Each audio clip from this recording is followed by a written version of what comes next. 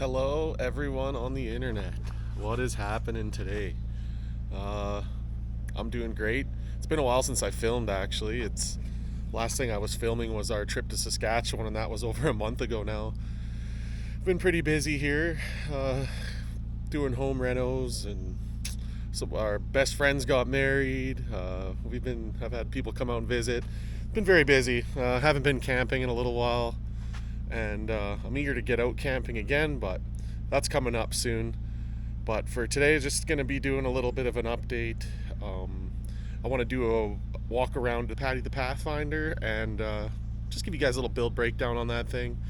I've had quite a few people asking me for more information on it, and yeah, just curious about the build itself. It's kind of a unique one, so I'm going to go through that. Update on Patrick the Pathfinder. Having a bit of a heating issue. I'm going to try changing the thermostat, but the heat's not working, or I got like vapor lock in the cooling system. Haven't been able to figure that out. It's kind of been banging my head off the wall. Next up is going to be replacing that thermostat. But more exciting things, we got front lift stuff and put together. Went with Iron Man front suspension for the R51. I still got stuff coming in the mail. Still waiting on SPC front upper control arms, rear springs, wheel adapters. Gonna be getting shocks. I think I'm gonna be doing a body lift 1 inch and also rear subframe drop. So I'm just saving my pennies and slowly building that part list up. But I'm hoping by winter this year, Patrick will be ready to haul some friends and family up the mountain and looking a little more proper, you know.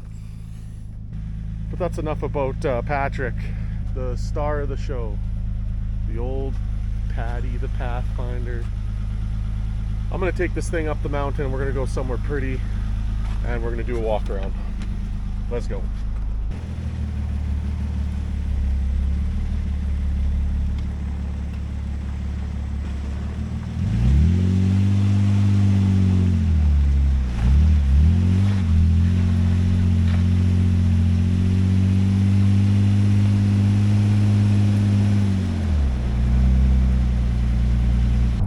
The channel or just returning, welcome and I thank you. I'm almost at a year into this journey of being a YouTuber. Didn't really have a lot of intentions or really any goals of where I wanted to take this. I basically just wanted to kind of showcase what we do in BC, and just really wanted to show off the beautiful area that we live in, why we love camping and being outdoors so much. So I've been having a lot of fun making videos and documenting that, and I hope to continue doing it for quite a while. If you don't already, make sure you subscribe. It actually does help us out. I'm on a quest to get to 1,000 subs. Going not too bad. I'm almost at 400. Always could be better, but I'm not really looking to quit my job and become a YouTuber. I'm just doing this for fun. So the more people that I can influence to get outdoors and experience being out in the woods, the better. And I just really like showcasing how my little Nissan R50 can do. It's a budget build. I don't have that much into it. I'm pretty cautious about what I spend money on, and I try to spend it on practical things. I do spend some money frivolously on here, but sometimes you just gotta say YOLO. I'm just going down to one of my favorite local trails. Just gonna do a couple quick drone shots and a little bit of footage of me wheeling. Nothing super intense, but just to kind of show off Patty a little tiny bit. And then we'll do a full build breakdown, and I'll show you guys what I've done to make this R50 so badass. Alright, so we just arrived at the Trailhead here. Trailhead's about 15 minutes from my house. And this trail's like, I wouldn't even really call it a trail. It's like an old deactivated forest road. But it takes you down a nice little lookout on a lake and little river mouth, good for fishing and nice camping spots. So, yeah. Gonna start off the old Patty build breakdown. I guess the first thing I'll show off is gonna be my air down system set up here. So we got some Apex Industries quick deflates. They're super awesome. Quick quick way to deflate these big tires, and I absolutely love them. You just pop this out and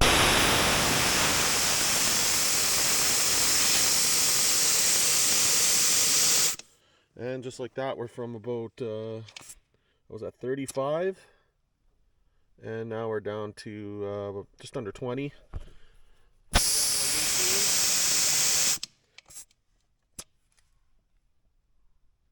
Perfect. So that takes what does that take? Maybe about 5 seconds total per tire to get down to 18 pounds from 35. Can't complain about that. Yeah, it's gonna go ahead and air down the rest of the tires, and we'll continue on the trail.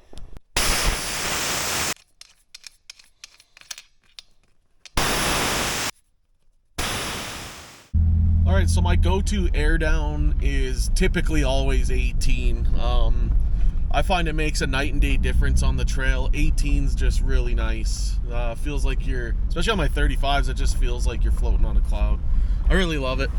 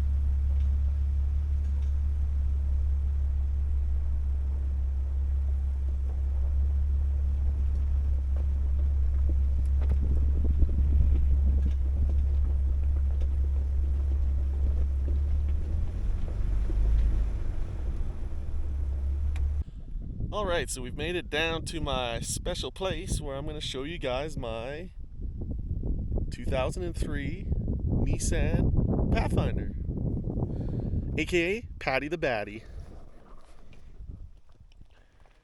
So with Patty, the main goal was to have a budget overland build.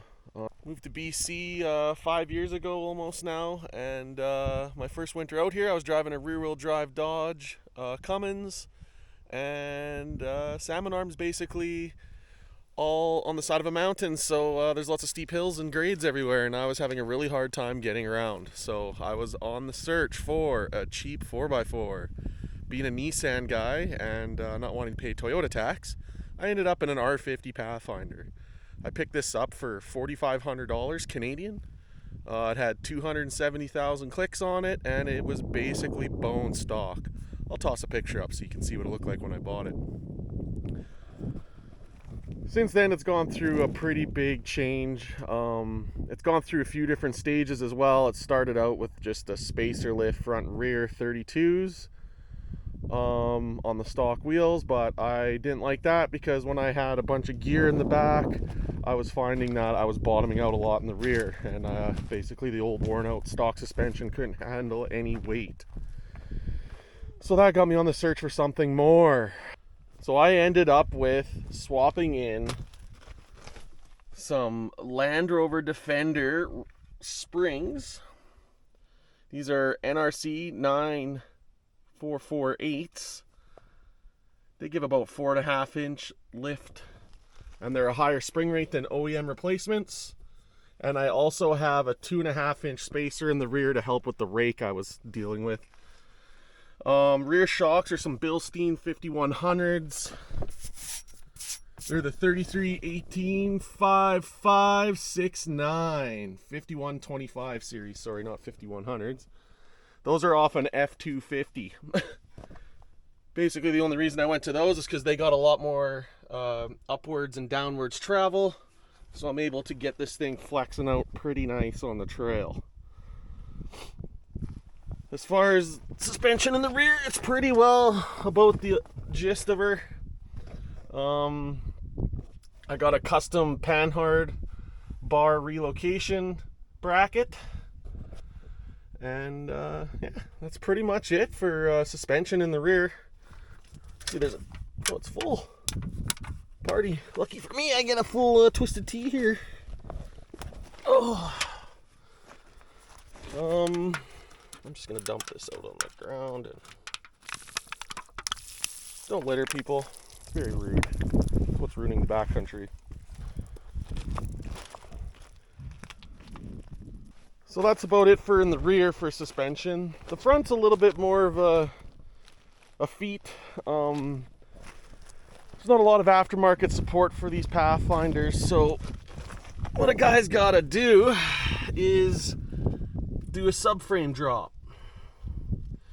So I have a 4-inch subframe drop. You can see the bracket here, and that basically spaces the subframe down a bit. I also have 4-inch strut top spacers, 2.5-inch lift springs, and EFS long travel front struts.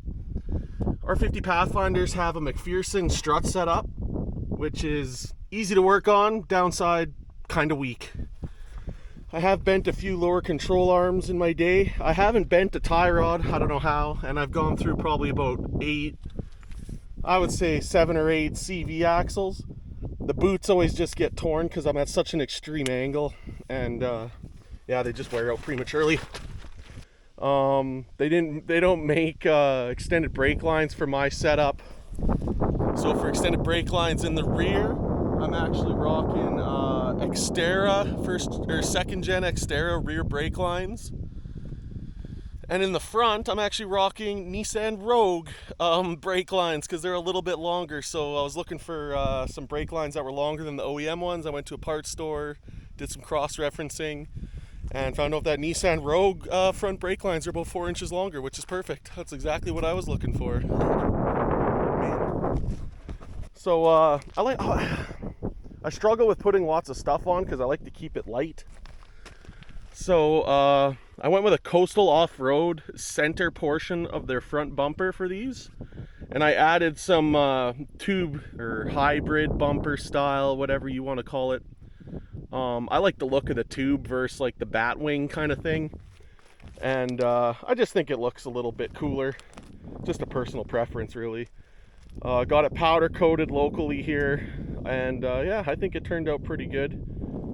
As far as a winch, I'm running a Runva 11.5 thousand pound winch. I got it from Costco, It's got nylon rope and wireless remote. I got it for less than 500 Canadian, so great bang for your buck, honestly. So for wheels and tires, I've also gone through a few different things. Originally, I had 32-inch BFG KO2s on my factory wheels. Then I stepped up to a SCS Stealth Custom Series F5 wheel, 17 by 8.5, minus 10 offset. And then once I did the spring lift, I jumped up to a 33-inch tire, which was, I was rocking Firestone Destination MT2s. I've had those on in some of my previous videos. I like to put them on for road trips in the summer because I get better fuel economy. But right now I'm rocking my winter setup, and probably going to be the setup from here on out. So I think I'm going to put my Stealth Custom Series wheels on the R51 Pathfinder. These are big half. They're JDM wheels. They're called Frontline Big Half. They're minus 25s, 15 by 10.5. And I'm rocking a 35 by 1250 R15 KO2 all-terrain. I'd like to get to a same size but in a mud tire, hopefully next summer. But yeah, these fit really well. I am rocking a 2.5-inch spacer front and rear because of the McPherson strut. I don't have a lot of clearance here, so I have to run a big spacer for the big boy tires. But yeah, as far as suspension and wheels and tires setup, that's it. It's kind of an odd job setup. We got Land Rover springs in the rear, F250 shocks in the rear, front lift is homemade. And yeah, that's about it for kind of the off-roady stuff, I guess. Engine and drivetrain's pretty well stock. I do have just like a thrush muffler with turn downs on the end of it. You probably saw it when I was showing off the suspension. It sounds alright, I don't mind it.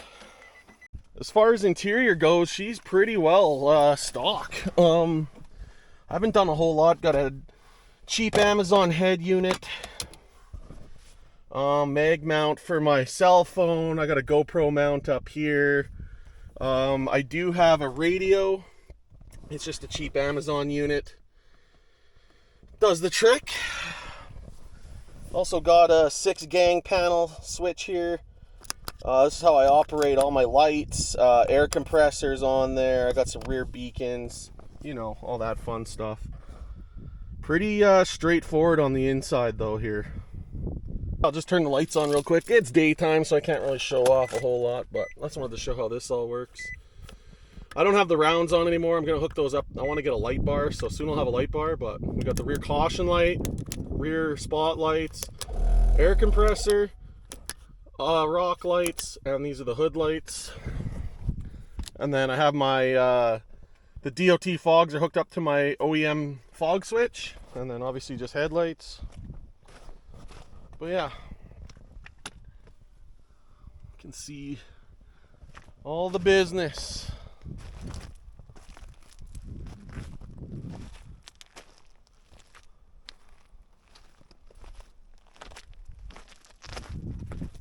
And the rear lights. I think chase lights are crucial. Like I said, these aren't very bright, but they are a very focused beam, so those are quite bright from behind. The beacon. Yeah, that's the lights. I'll also show off, these are pretty tight. My fitment is it's on there. It's on point. I had a lot of trouble ripping these off, but ever since I did a bolt here, bolt at the front, and mag strips across the top, I mean, my tires do hit it, but this just pops out, and then it just sticks back onto the fender. Gotta love that. Alright, under the hood. I've showed off under the hood in a few previous videos, but it's not very built. I have a hard time saying I built this car. It's like, I don't know, it's mostly just bolt-on stuff, but got the fuse box for the 6-gang panel right there. Some wiring for my lights. And other than that, the engine is completely stock. It's got, I got a Spectre cold air enclosed air filter, which goes down into my snorkel. It's basically just some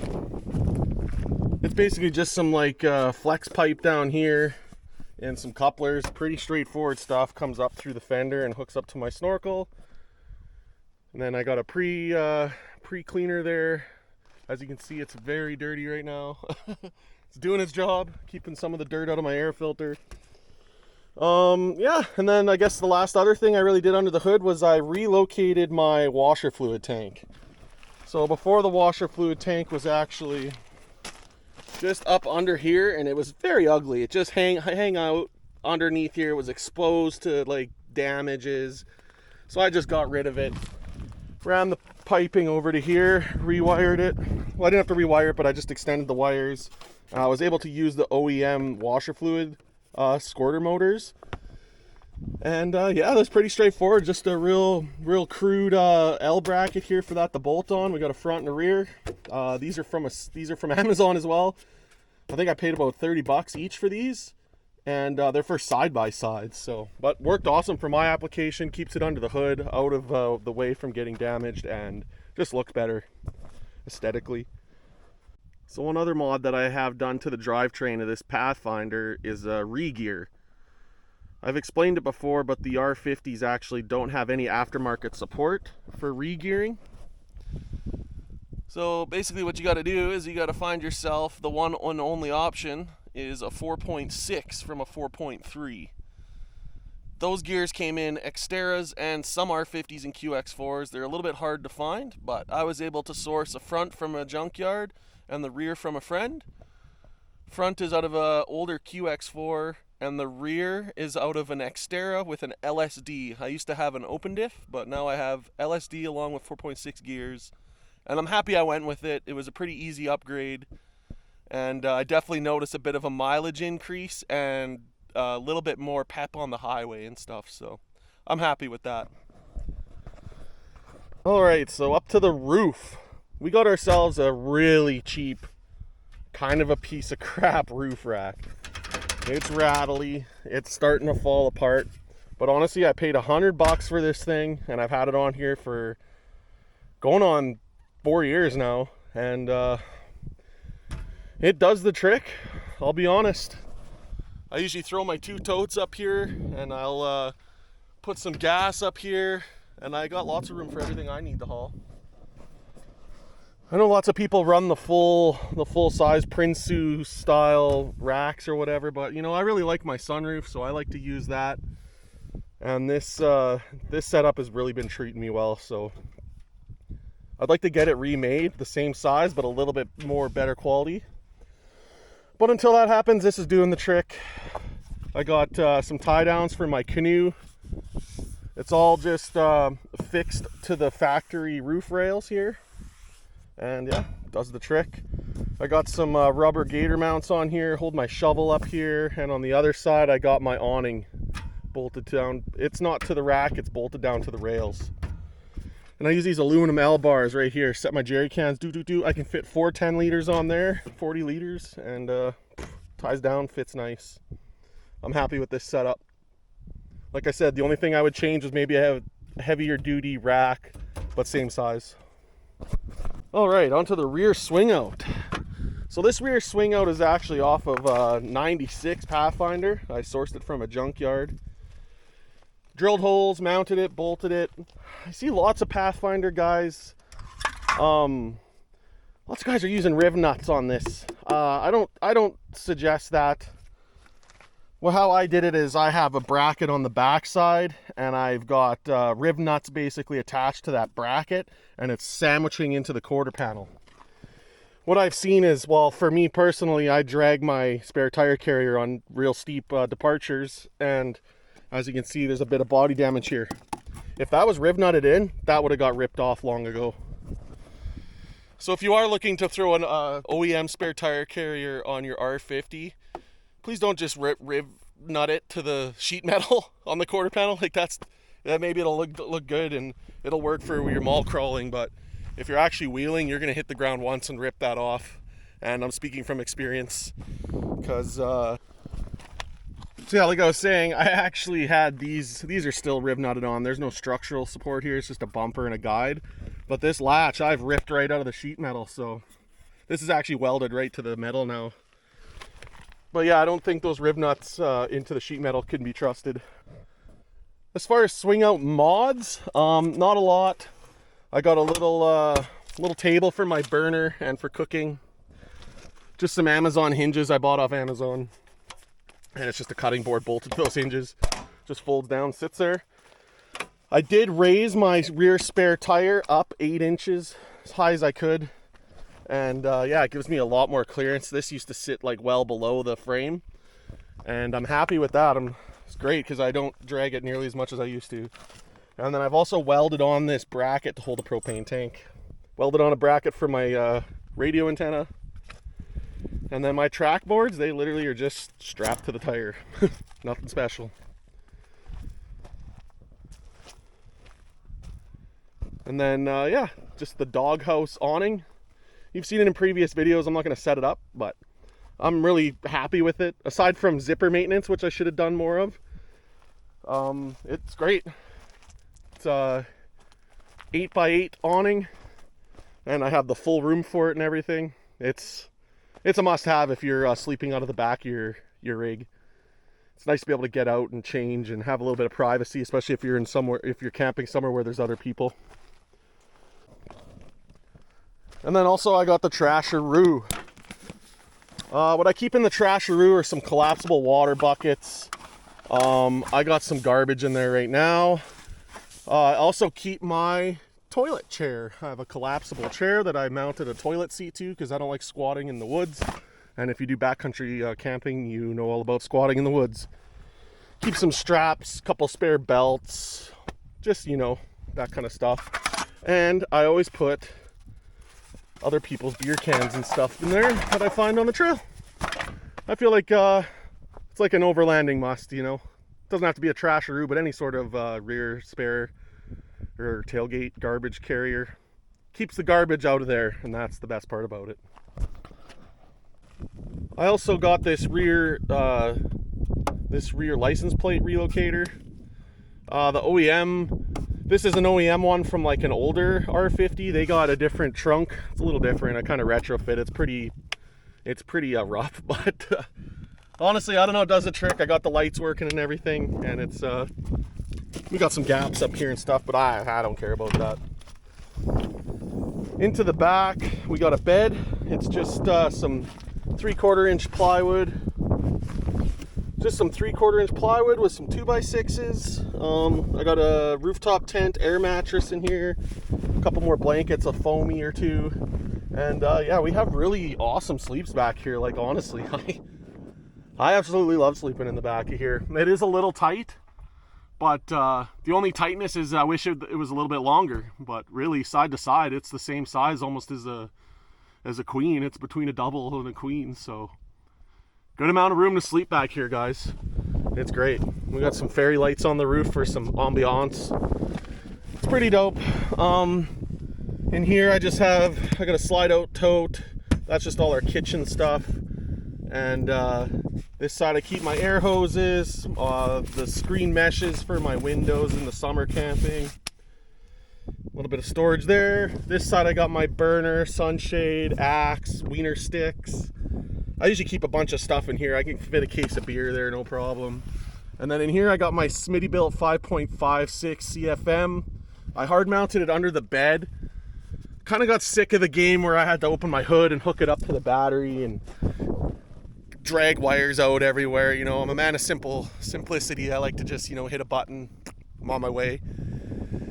It's pretty poor man onboard air. I don't have a tank or nothing. It's just air on demand. So, but it does the trick, and I don't have to dig it out and freaking pack it and unpack it. I love that. Just flick a button, I got air going. So around on this side, driver's side, we got more storage under the bed. I just keep lots of my recovery gear. I don't have it all in here right now, but I'm trying to lighten the load in the summer. But I usually keep all my recovery gear down here. I got a hydraulic bottle jack, factory jack. We got some diff oil. I don't know. some tie rods, ball joints, axle stubs, you know, just the general stuff that maybe you'd break on the trail. Passenger side, rear, usually just keep shoes. I got my portable table here. This usually is just like toilet paper, shoes and stuff when we're camping. Just keep it open. Not a lot of stuff gets put there. And yeah, that's pretty much it for camping wise and the stuff I've done. What else can we show? I get lots of compliments about the hood. This is CNC lasered out of stainless. Good friend of mine, Colton, made me that. Idea behind it was to try to get a little bit of heat out from under the hood, and it definitely works. And yeah, I guess that just leaves us to lighting. So for lighting, I'm an endorser for Vivid Lumen. So we got FNG 3s all across the hood, 3 hyper spots, 2 floods on the outside, all in yellow. I'm a big amber yellow fan. I got some of the DOT SAE approved fog lamps in the front bumper. Those are approved for highway use. We got 3/4 inch trailer markers for the Raptor lights. And as far as headlight, I'm rocking Morimoto M LED 2.0s. They're pretty dope. I highly suggest them, and I really think you guys should check out Vivid Lumen. We also got amber rigid lights underneath. I got either side wheel well, front rear rockers on both sides, and 2 in the rear pointing out kind of behind the wheels. I've been happy with those. They're all amber. If you check out some of my snow wheeling videos, you'll see that. I also got some rear facing lights. These are just my chase lights. They're fog lights from a motorcycle. They were great. I'm not looking for a whole lot of light output. It's more or less just for when we're going down those dusty trails and the people behind me can see where I'm at. And I also got an amber beacon up on my rear wing. It just flashes. Works pretty sweet. So I think that about does it for a build breakdown. I've never done this before, so I hope I did all right. Basically the whole reason I bought this thing is just to get out in the woods here, and well, that's exactly what we do with it. Definitely not, I don't know, how do I explain it? I never built this to be like a rank off-roader. I don't really classify it as a rank off-roader. It's more or less built to conquer the trails that I have in my area. We do a lot of snow wheeling in the winter. We get heavy dumps of sticky wet snow, and that's why I got 35s. I'd still be on 33s if it wasn't for that. I find the 33s are very capable, and this thing goes anywhere I need it to go. I don't really see the need to do it any ranker. I mean, of course, in the future, I'd love to do solid axle swap and go crazy, maybe some 38s or something, and really build it. But for now, I'm just honestly letting it take me everywhere I want, and I really do love that about it. Cost breakdown. These R50s are extremely cost effective. For $4,500, man, you cannot beat it, in my opinion. When I bought this, it didn't even really need much. I did brakes. I've done some suspension bushings and stuff, but for the most part, I haven't really touched a whole lot of it.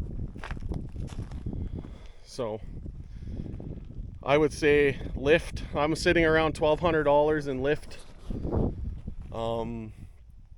Tires and wheels I got for a smoke show of a deal at $1,250. Like snorkel, I paid $100 out of Australia. The parts to hook it up, another $120.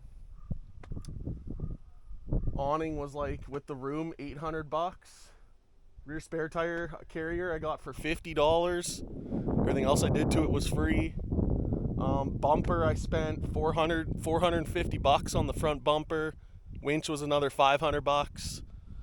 And like the hood scoop was like $100 and some bucks. Radio $100, stereo maybe $250.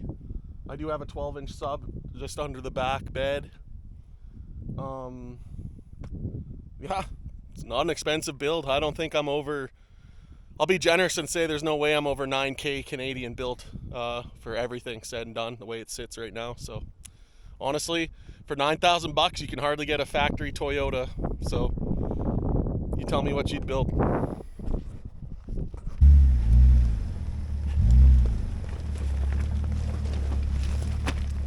As you can see, the suspension setup is pretty good.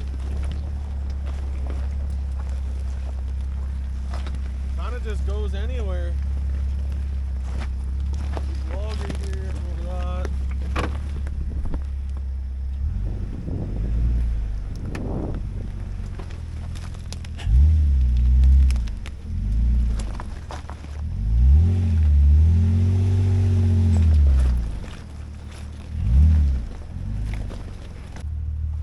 Alright, we got the hose hooked up. Pretty slack setup here, guys.